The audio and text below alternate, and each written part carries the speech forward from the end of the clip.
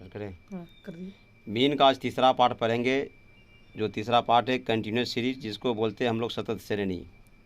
तो सतत श्रेणी में जो मैथ आता है, मैथ को हम लोग किस टाइप से बनाते हैं, तो मैथ को बनाने से पहले कुछ मुख्य बातें को जानना हम लोगों के लिए बहुत ज़रूरी है। आइए कुछ मुख्य बात हम लोग जानते हैं क्या क्या है। तो हम लोग मुख्य 4 बात को जानना बहुत ज़रूरी है।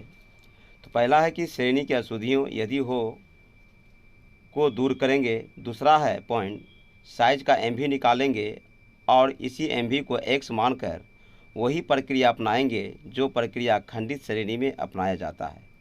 तीसरा पॉइंट है सही सतत श्रेणी का आवश्यक गुण, यानी आपको जो सही जो इंटरवल है उसको पकड़ने के लिए क्या क्या गुण होना चाहिए, वो गुण को जानना ज़रूरी है। तो सबसे पहला काम कि इंटरवल का दोनों सिरा दिया रहता है, एक्सक्लूसिव इंटरवल में रहता है, सभी इंटरवल समान रहता है, और उसके बाद चौथा पॉइंट में है निम्न सूत्र से मीन ज्ञात करेंगे। जो ये एक्स के ऊपर जो हाइफन देख रहे हैं इसको मीन के नाम जानते हैं, मीन बराबर सिग्मा एफ एक्स बटे एन। तो आइए बाबू, ये कंटिन्यूस सीरीज में एक सवाल भी हम लोग जानते हैं, सवाल को किस टाइप से बनाया जाता है। तो ये क्वेश्चन है कि समांतर माध्य ज्ञात करो, कैलकुलेट अर्थमेटिक मीन। आपको अर्थमेटिक मीन बनाना है। इसको हम लोग 2 तरीक़ा से बनाते हैं, डायरेक्ट मेथड या शॉर्टकट मेथड। आइए हम लोग डायरेक्ट मेथड को अपनाते हैं आज और डायरेक्ट मेथड में बनाते हैं। तो ये आपका क्लास है, ये आपका फ्रीक्वेंसी है। इस टाइप से आपका क्वेश्चन जो एग्ज़ाम में जो प्रश्न आता है, ठीक इसी तरीक़ा से आपको क्वेश्चन पूछेगा। ये क्लास होगा, या इसको हम लोग साइज बोलते हैं, इसको फ्रीक्वेंसी बोलते हैं। जो इंटरवल में है 0 से 10, 10 से 20, 20 से 30, 30 से 40, 40 से 50, 50 से 60, ये मेरा इंटरवल में, ये मेरा सही है। इसको हम लोग बोलते हैं अपवर्जी श्रेणी, या इसको इंग्लिश में बोलते हैं एक्सक्लूसिव इंटरवल या एक्सक्लूसिव सीरीज। ये जो फ्रीक्वेंसी है 10, 12, 17, 15, 11, 9 है ना। आइए हम इस क्वेश्चन को आप सोल्व करते हैं। क्वेश्चन को सोल्व करने के लिए सबसे पहला काम क्या करना होगा कि देखो हम सॉल्यूशन लिख दिए, इसका फॉर्मेट बनाइए। साइज जो ये साइज देख रहे हो, एफ, ये फ्रीक्वेंसी देख लिए। एक कॉलम इसमें और बढ़ेगा जिसका नाम होता है एम बी, और चौथा कॉलम का नाम होता है एफ एक्स। यानी ये साइज में जो आप क्लास देख रहे हैं बाबू, ये क्लास को हम हूबहू उतार दिए क्योंकि ये मेरा सही है। ये जो फ्रीक्वेंसी है, तो फ्रीक्वेंसी में जो लिखा हुआ है, फ्रीक्वेंसी के सामने में जो लिखा उसको लिखते हैं हम लोग। 10 लिखा हुआ है, 12 लिखा हुआ है, 17 लिखा हुआ है, उसके बाद 15 लिखा हुआ है, 11 लिखा हुआ है और 9 लिखा हुआ बाबू। इसके बाद ये एफ को हम लोग जोड़ते हैं। 2 7 9, 9 5 14, 15, 15 9 होता है बाबू, 24 होता है। 15 9 कितना होता है? 24। 24 का होता है 4, हासिल 2, 2 1 3, 4 5 6 7। ये जो 7 निकला 74, यानी 74, ये आपका एन निकला। एन को हम लोग बोलते हैं नंबर ऑफ फ्रीक्वेंसी जी। ये जो एम वी देख रहे हैं, एम वी को हम लोग बोलते हैं मिड वैल्यू। एम वी को क्या बोलते हैं बच्चे? Mid value. तो चलो साइड में हम आपको समझा देते हैं कि एम वी का मतलब क्या होता है।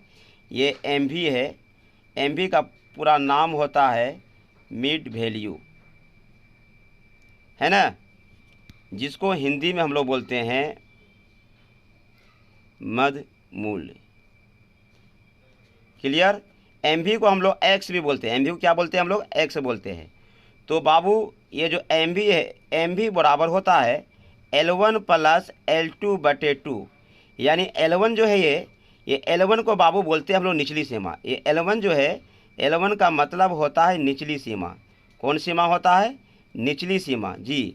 और L2 का जो मतलब होता है, इसको हम लोग बोलते हैं बाबू ऊपरी सीमा। क्या बोलते हैं जी? ऊपरी सीमा बोलते हैं। क्लियर? ये क्या हो गया? ऊपरी सीमा। इसको हम लोग क्या बोलेंगे? ऊपरी सीमा। तो आइए सबसे पहले एम वी निकालते हैं। तो अभी आपको हमने बताया एम वी बराबर L1 प्लस L2 बटे 2। L1 को हमने क्या बताया? निचली सीमा, और L2 को बताया हमने ऊपरी सीमा। तो ये जो देख रहे हो साइज, जो देख रहे हैं बाबू, ये साइज जो, ये जो आप ये इसको मानो लेफ्ट मानो राइट मानो, है ना, दायां मानो या बायां मानो।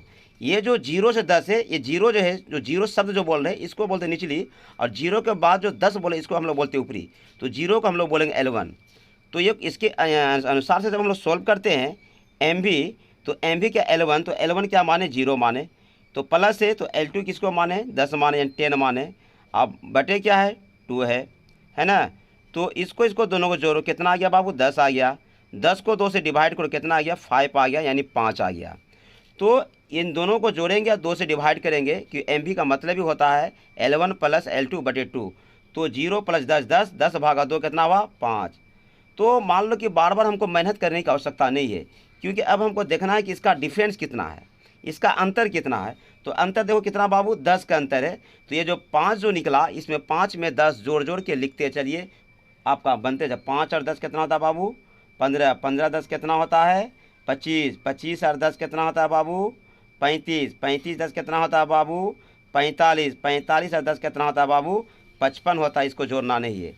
और हमने बताया था कि fx, तो यहाँ देखिए क्या कंटिन्यूस सीरीज सतत श्रेणी, श्रेणी की अशुद्धियों यदि हो को दूर करेंगे, साइज का MV निकालेंगे और इसी MV को x मानकर वही प्रक्रिया अपनाएंगे जो प्रक्रिया खंडित श्रेणी में अपनाया जाता है।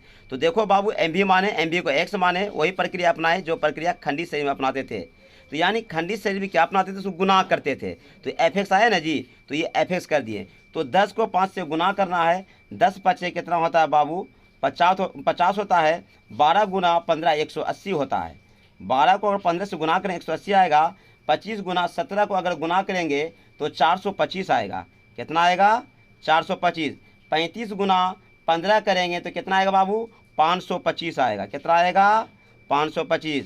45 गुना 11 करेंगे कितना आएगा बाबू 400 आएगा आपका 95। और 55 गुना 9 करोगे कितना आएगा बाबू 495। ये सब को हम लोग जोड़ेंगे 5 10 15 20, 20 के कितना होता है 0, हासिल कितना 2, 2 5 7 और 15 2 17 19, 19 9 होता है बाबू 28, 28 और 9 कितना होता है बाबू 28 2 30 7 37 कितना होता है 37, 37 के होता है 7, हासिल होता है बाबू 3, 3 1 4, 4 4 8, 8 5 13, 13 4 17, 17 और 4 कितना होता है बाबू 21, 21 के 1 हासिल 2। यानी टोटल जो सिग्मा fx निकला 2170 निकला। लेकिन आपको यहाँ अर्थमेटिक मीन निकालना है, तो आइए मीन का सूत्र हम लोग लगाते हैं। इसलिए मीन बराबर सिग्मा fx बटे n। तो बाबू सिग्मा fx कितना निकाले आप 2170। n कितना हुआ बाबू 74। इसको क्या करेंगे भागा देंगे, क्या देंगे भागा, यानी 29.32 पॉइंट में आ गया। इसको हम लोग बोलेंगे बाबू अप्रोक्स, क्या बोलेंगे अप्रोक्स। तो यही हो गया बाबू आंसर। Thank you.